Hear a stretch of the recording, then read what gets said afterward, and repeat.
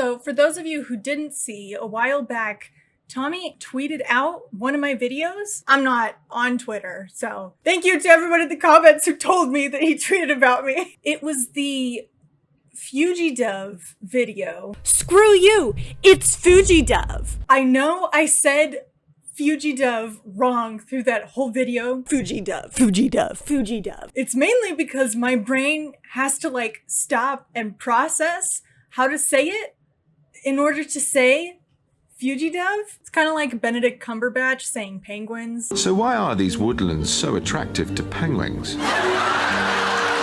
My mind just doesn't understand it. To be fair, that is what his theme song calls him. Which, by the way, if you wanted it to be a pun based on fugitive, shouldn't it be fugi-dove? Fugi-dove? Fugi-dove. Fugi-dove. Fugi-dove is how it should be pronounced. That I sound should also be different. So, checkmate?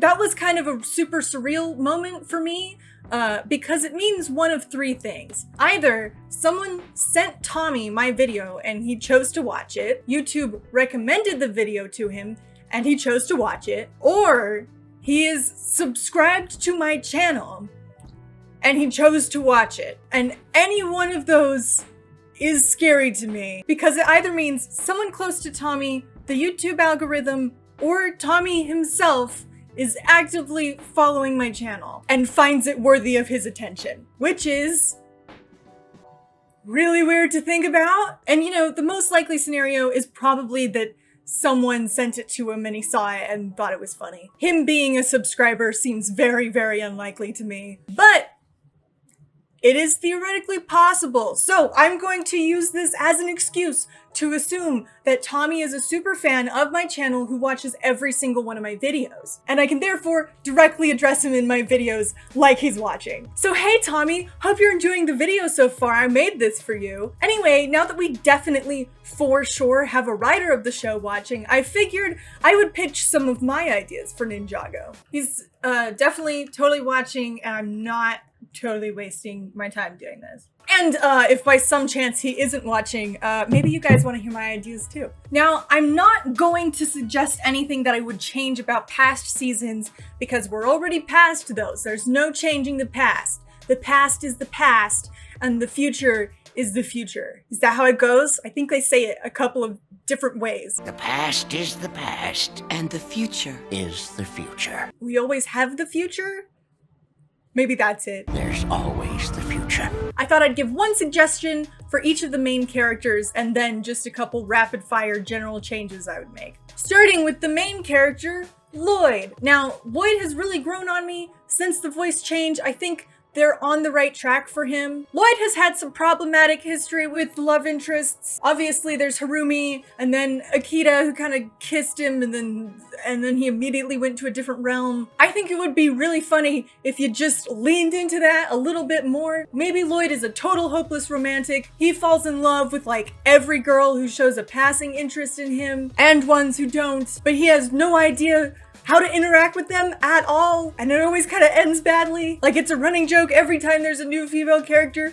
Lloyd gets a little bit of a crush on them and then totally blows it. I don't know, I think it'd be a fun dynamic for his character. And it's kind of already established, you just gotta grow with it. Moving on to Kai, an obvious one here is give him a finale. The Kai stans have been complaining about it forever and they deserve it. But as for something to actually do with his character, I would say don't have him get together with Skylar. I like the dynamic we're in currently. Maybe have them try to date, but it just kind of doesn't work out and they're not as compatible as they originally thought. They become great friends and like an awesome duo, but they don't end up dating. I think it'd be a great message to send, you know, kind of mix up the I've instantly fallen in love with you dynamic that's going on with all the ships so far. It just kind of fizzles out, and sometimes your first instinct when you meet someone doesn't pan out. I think that'd be fun. And then that opens the door to give him a new love interest if you'd like. I know you guys like new characters, and you can do it right this time and give him an enemies to lovers plot, because how'd you not do that the first time? It fits his character so well. Moving on to Jay, I don't really have any suggestions on what to do with Jay. This one's more of a don't do this with Jay. Just keep his mom dead. I know you're gonna be tempted to bring back Lightning Mom. Don't do it. It's not worth it. We don't need any more secretly alive parents. We've done that. It feels a little worn out at this point. Have him have a really supportive relationship with his adopted parents, and that's all that matters. Moving on to Cole. People generally like to completely ignore or really lean into the fact that he has a performance arts background, but I think the specifics of it are really interesting. It's not just that the arts are a part of his past, but that he went to and then dropped out of a performing arts school. That's really interesting to me. Go into that a little bit. What friends did he make while he was there? Maybe said friends may be valuable in a situation where the ninja need to go undercover, but don't want their faces of them or their allies to be recognized. Maybe somebody who has an acting background might be useful in that scenario. I don't know. Zane. There's a lot you can do with Zane. You haven't handled Zane the best recently, if I'm being honest, Tommy. But the one thing that would probably be easiest to do and that would easily fit into a side plot is just having him form a relationship with Dr. Borg and using that as a gateway into talking about his feelings about his father. I feel like maybe it's something he kind of buried, but that he needs to like bring back out once he kind of forms a relationship with a new father figure. And you know, Borg is kind of obvious for that. And it's really easy to set up. Just have Zane almost die like you do like every season. And because the team is busy or because the injury is so bad, he has to go to Cyrus Borg in order to get repaired. Boom, got it, done. Instant character development, Tommy. Now, Sensei Wu. Just kill him. He's been around forever. He's the mentor figure. Just kill him. He's done a lot of stuff. He's kept a lot of secrets. And I think the time is right for him to have a big self-sacrifice and to be permanently removed from the story. And don't bring him back either. I know you guys love bringing back dead people, but don't do it. We don't need him in the story, and keeping him dead will, you know, lend some gravitas to death in the Ninjago universe again. Plus, then you can bring back one of the best characters, Mistake, and she can be the mentor figure. I know that she died, but she's an Oni, and in my mind, Oni are sort of like the infinite evil, you know, they can regenerate. It's like the Overlord. I do understand that she's probably a little overpowered to have around full time. That's probably why you killed her off to begin with. But maybe like when she regenerated, something went wrong and she ended up stuck in the body of a cat or something. Everybody loves the magical talking cat trope. Or,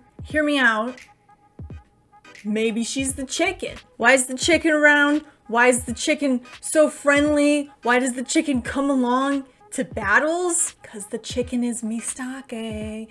It makes sense. And then you could have like a twist reveal that's kind of been built up. So yeah, just kill him. And now, Pixel. For those of you who know me, which Tommy obviously does because he watches all of my videos, you know I have a lot of ideas for Pixel, but here's just a few things real quick. First off, you gotta figure out if she's a side character or a main character. You've kind of been walking the tightrope between the two.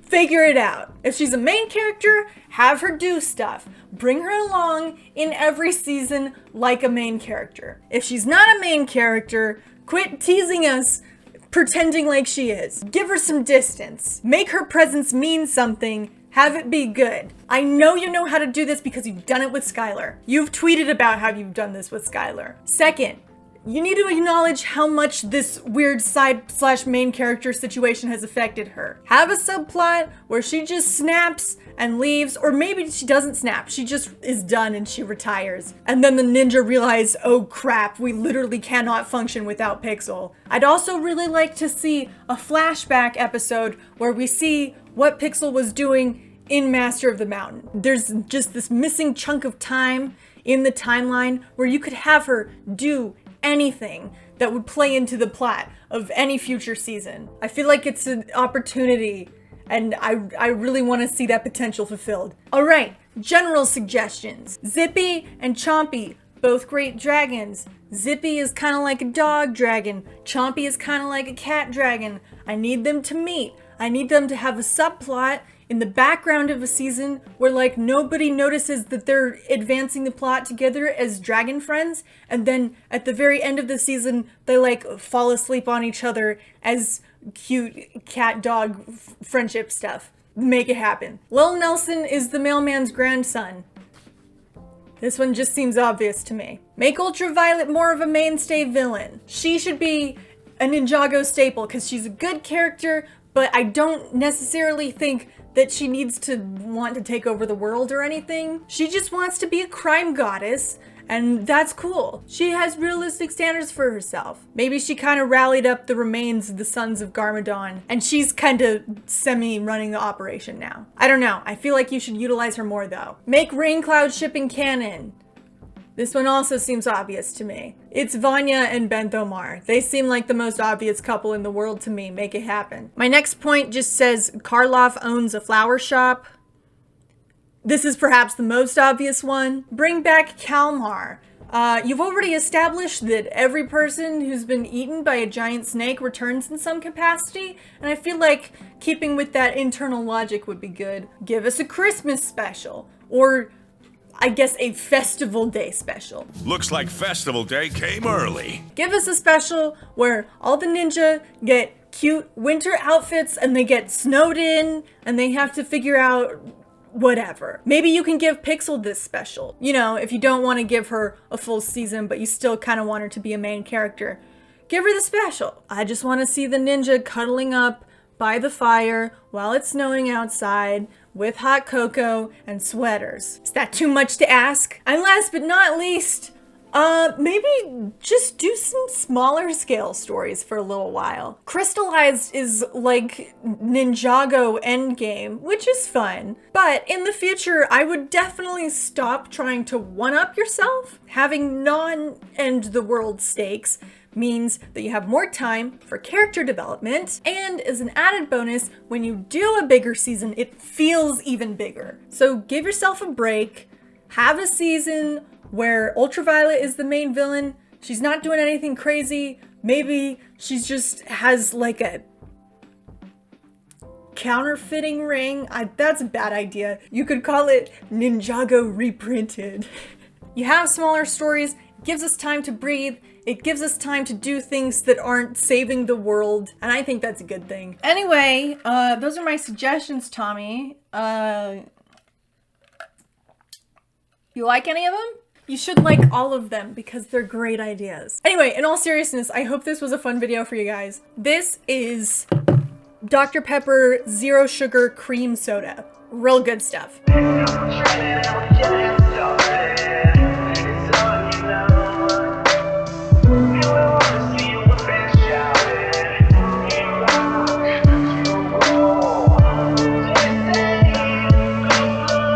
I put up the tweet. I made it really big, but I don't even know if you can tell what it is.